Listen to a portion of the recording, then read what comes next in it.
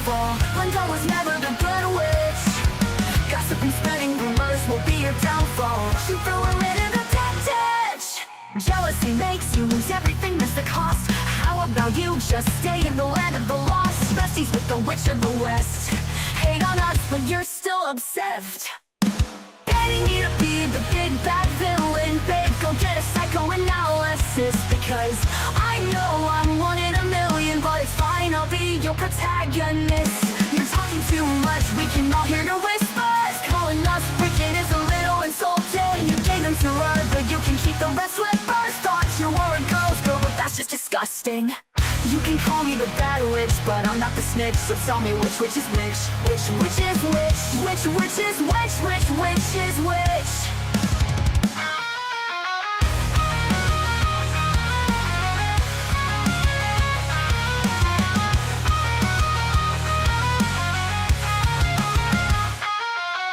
Mirror on the wall, who's the saddest one of all? Glenda was never the good witch. Gossip and spreading rumors will be your downfall. She threw her into the dead ditch. Jealousy makes you lose everything, that's the cost. How about you just stay in the land of the lost? Besties with the witch of the west. Hate on us, but you're still obsessed. Hating me to be the big bad villain, babe, go get a psychoanalysis. Because I know I'm one in a million, but it's fine, I'll be your protagonist.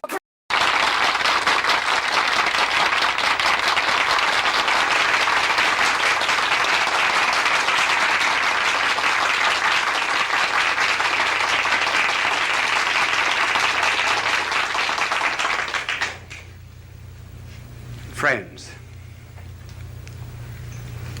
in a certain city, a politician was running for office, and he advertised for volunteer workers. There were so many young women appeared for the job as volunteers that there was a near riot. Were they interested in politics? No, the first question they asked was, how many men have appeared? They were part of the lonely young women of this great city. And then I know of an old woman who stays up every night until 12 o'clock to hear the announcer say, "We are now signing off. Good night, and have a good sleep." That relieves her of her loneliness. There was really and truly, a woman wrote to me and told me that my program was the only one to which her cat ever listened. So our subject tonight has to do, to some extent, with loneliness. It affects all ages. Children are lonely. 5 million of them belong to divorced parents in this country. Boys get lonely. That's why they join gangs. Because they get power which they do not individually have. Young girls are lonely when they get a pimple on the nose. Older girls are more lonely still when the boy treats them as a glass, throws the glass aside after he has taken the drink. They find then that they're just a replaceable part in the great erotic IBM machine. Their loneliness increases. Then there's the loneliness of leadership, being the top man on the totem pole. There's the loneliness of being at the bottom of the totem pole, because you're just one of the masses. You're apt to lose your personality. The loneliness sometimes of marriage, where all the jokes have been told. There's no new event to narrate. And it's the terrible solitude of being alone together. And then even when it does remain fine and noble and rich, even in moments of greatest unity, there is a feeling of apartness after such an ecstasy. One hopes to completely submerge oneself, and yet one finds oneself back again. The hypochondriacs, of course, are lonely. And so we were asked to talk on this program about this subject of loneliness. And I'm going to give, after these facts, which we have just narrated, I'm going to give first the causes, and then I'm going to suggest some remedies.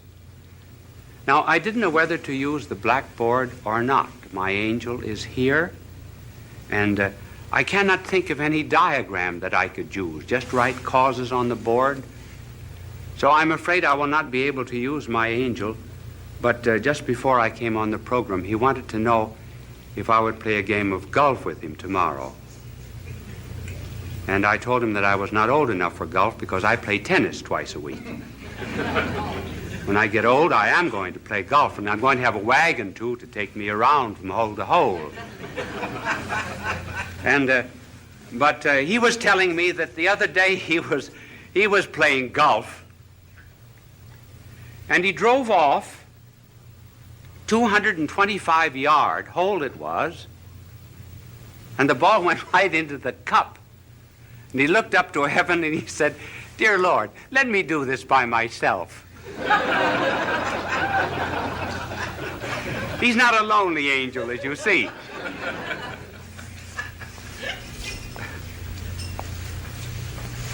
Now, what are the causes of loneliness? Well, one of the causes of loneliness has to do, first of all, with the lonely people themselves.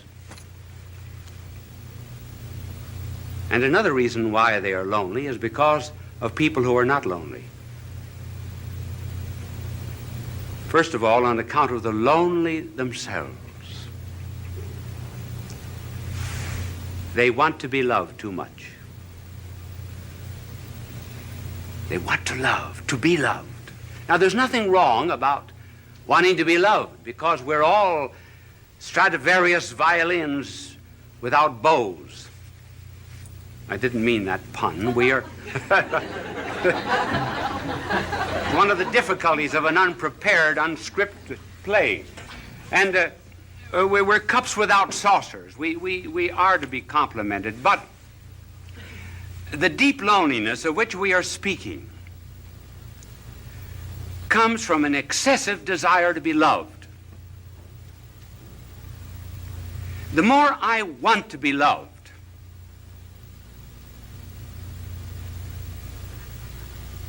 the less I am loved. The less I'm loved, the less lovable I become. The less lovable I become, the less I am capable of loving others. And that's how, by a desire to seek only oneself and to please oneself, one gets caught like a bird in a fowler's net. And the more one struggles to get out of this loneliness, the more one is captured by it. Just take some concrete examples of this desire to be loved. I know of a mother whose daughter was away at college. And she used to call up the daughter every night. Would keep the daughter on the phone for an hour and protested to the daughter that she was not appreciated as she should be. And because other girls in this college wanted to use the phone, she said to her mother, "Mother, I'm forbidden to use the phone anymore." One day, the superintendent had sent for her, and she was unable to answer the phone, and she told her mother, "Send someone to answer the phone for her." The mother said, "This is the end." And she refused to see her daughter again. Thus, by wanting too much to be loved without loving, one loses even the love that one seeks. And then there was a fiancée. She used to. I wonder if any of you young women in the audience ever do that. Do you know what she would do? She would write down in a book every time the boyfriend called how long he spoke. She also wrote down how often he wrote and how many words he wrote in each letter. She felt that she wasn't loved enough, so she began writing herself anonymous letters, threatening her. And she said that these letters came from a well-known author in the city. And finally, she was exposed by this man whom she blamed, and eventually the marriage was broken off. She just loved too much, loved to be loved.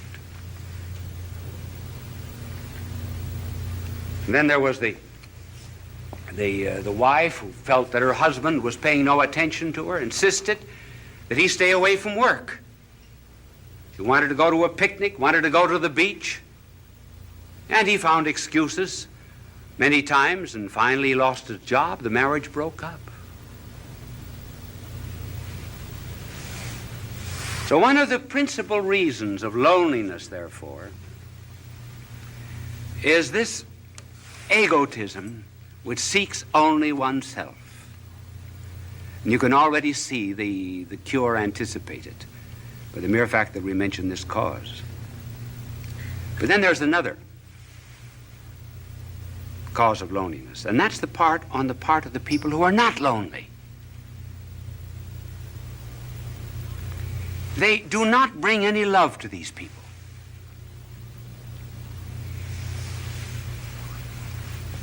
Do you know what we should do? We should really concentrate a great deal on certain types of people. We should concentrate on the unfortunate, on the poor, on the socially disinherited, on the unloved, particularly the unloved, and on the ugly. And we bring love to them. We put love into them. Then they become lovable. Now, for example, you are very lovable to God. Did you know that? You say, well, what is there in me to love? Nothing. But he put his love into you. That's why you're lovable. And that's what we have to do with other people. And so the loneliness of these people is increased also because the rest of us will not listen to them. Listening is a therapeutic. There was a psychologist who formulated a marriage case that involved sexual, financial, social, and legal complications. He went to 100 clergymen and 100 priests to present the story, and he carried a stopwatch with him. Do you know how long they listened? The average was 2.5 minutes. Then off-the-cuff answer. They refused to listen. They refused to care. George Bernard Shaw has something rather good on that subject. In his play St. Joan, King Charles says to Joan, "Why do not the voices come to me? I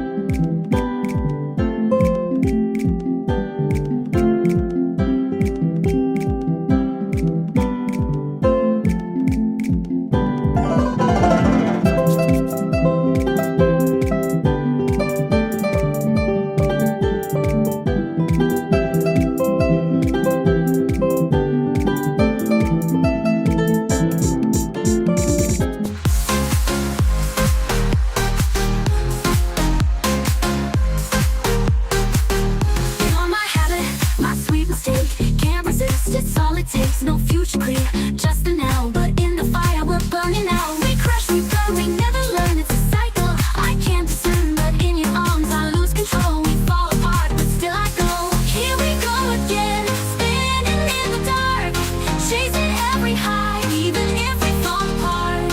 Here we go again, you and me were blind, losing all we've got, but it's worth it every time. Here we go again. Here we go again. We know it's wrong, but we still pretend. Here we go again. You're not having my sweet mistake. We rise and fall, but still we drop. For just one night, it's all we need. Here we go again, we're free. Here we go again, spinning in the dark, chasing every high, even if we fall apart. Here we go again, you and me were blind, losing all we've got, but it's worth it every time. Here we go again. Here we go again. We know it's wrong, but we still pretend. Here we go again. I am the king. And Joan answers, they do come to you,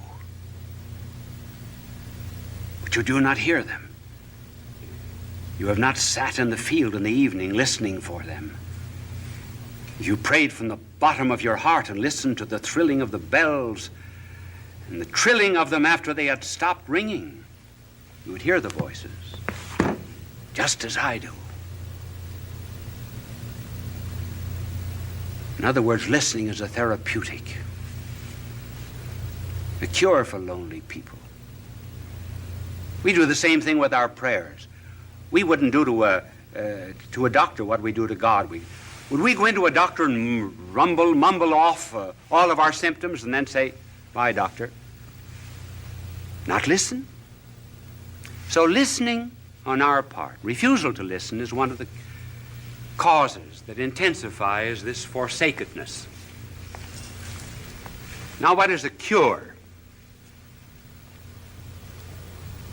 Well, there are several cures, and we will just have time to mention one that is very important, namely caring for other people. When we're lonely, go out and serve. Then loneliness goes out through our fingertips. Our heart opens. The Chinese have a proverb, if you're without shoes, go out and find a man without any feet.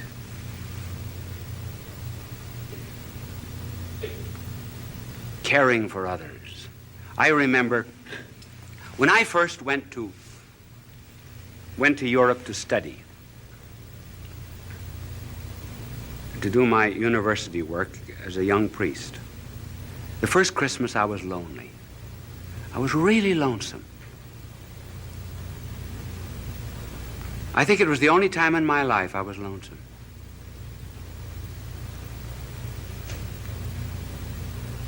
What would I do? So I went to someone in the city of Louvain and asked for a list of the worthy poor, and I went to this particular alley.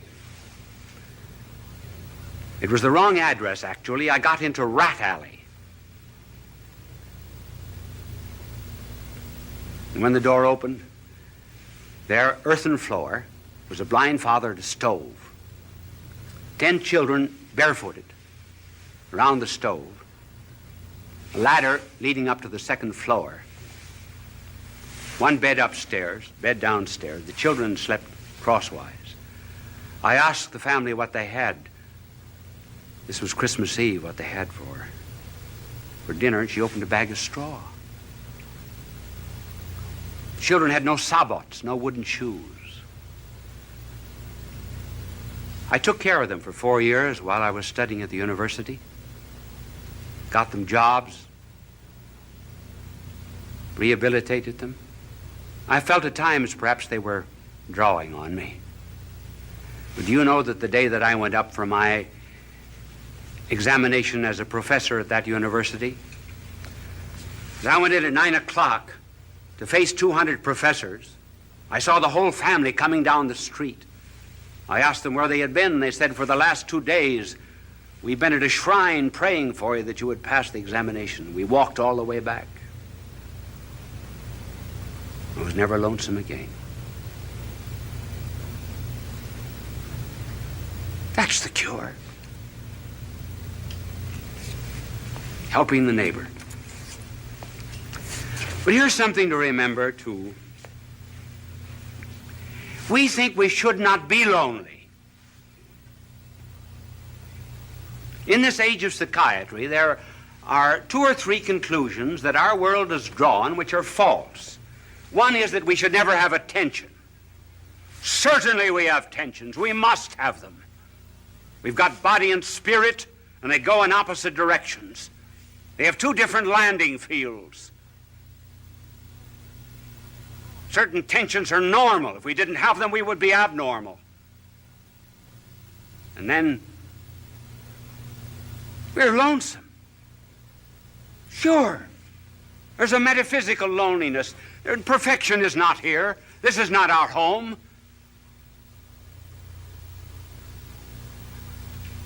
I've got something that I want in my heart that nothing on this earth can satisfy, and nothing can satisfy you either. And we know it very well. So what's the cause of this loneliness? What are we looking for? Well, we say we're looking for God, yes. But then I know what you will answer. What does God know about loneliness? Now that's a good question. That's a good question. What does he know about loneliness? Does he know anything about the loneliness, for example, of a babe in Afghanistan who has no better home than just straw? Does God know anything about the loneliness of a mother who has to gather up a child in order to escape a dictator and fly halfway across Africa?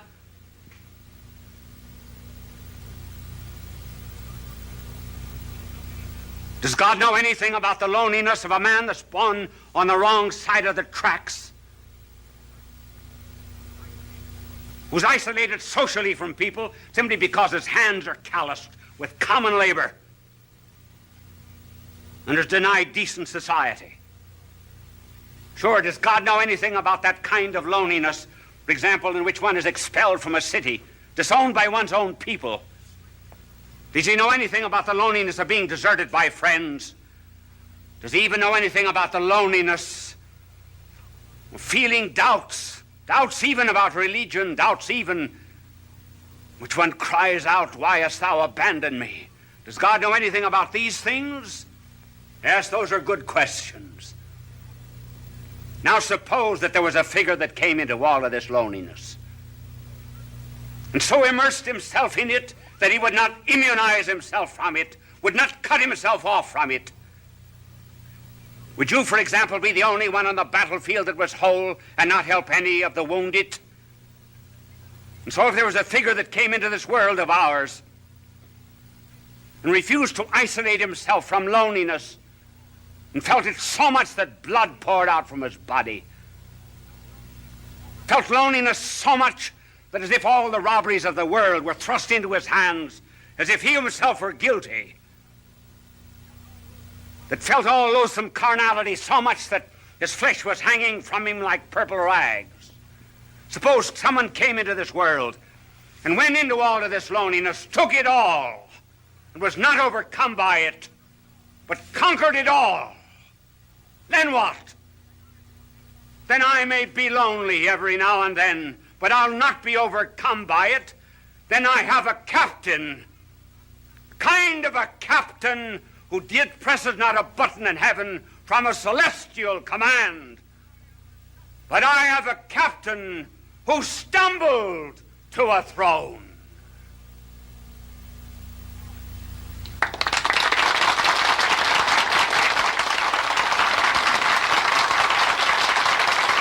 Bishop Sheen will return in a moment.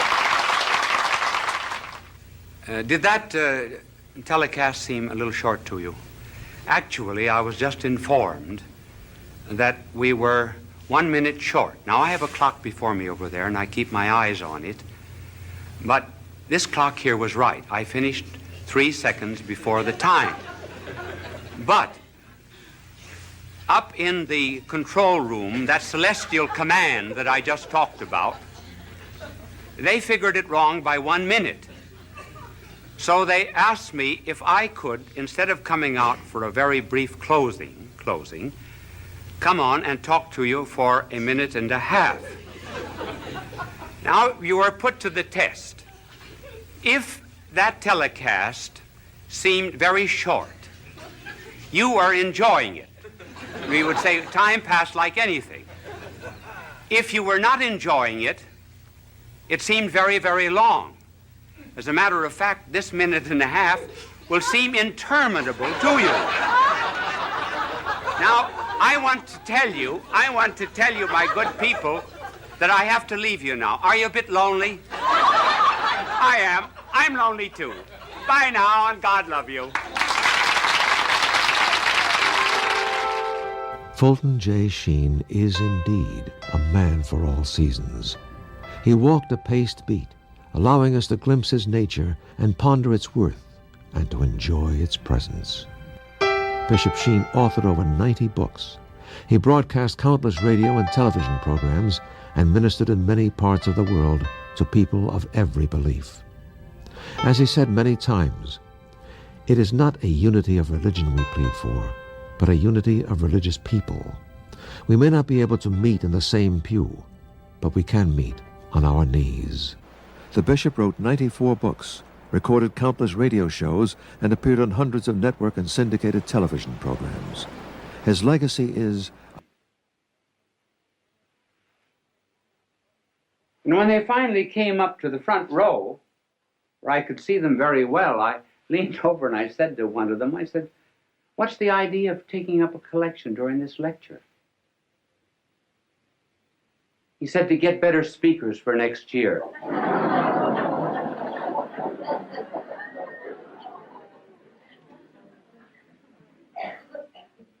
So I am not presenting myself as a model to you on how to talk. It's just merely that there have been so many letters coming to me asking me to give a few suggestions that I will give them to you. They are only personal.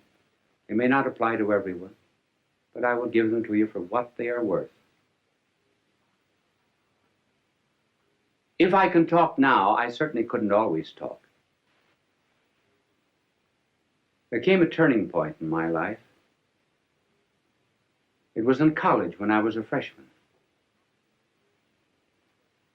I was on the debating team, which was in the college that I attended a great honor because they put a tremendous premium on debating. I thought I was good because, after all, I was picked as a freshman. I had to be good. And the night before the debate with Notre Dame University,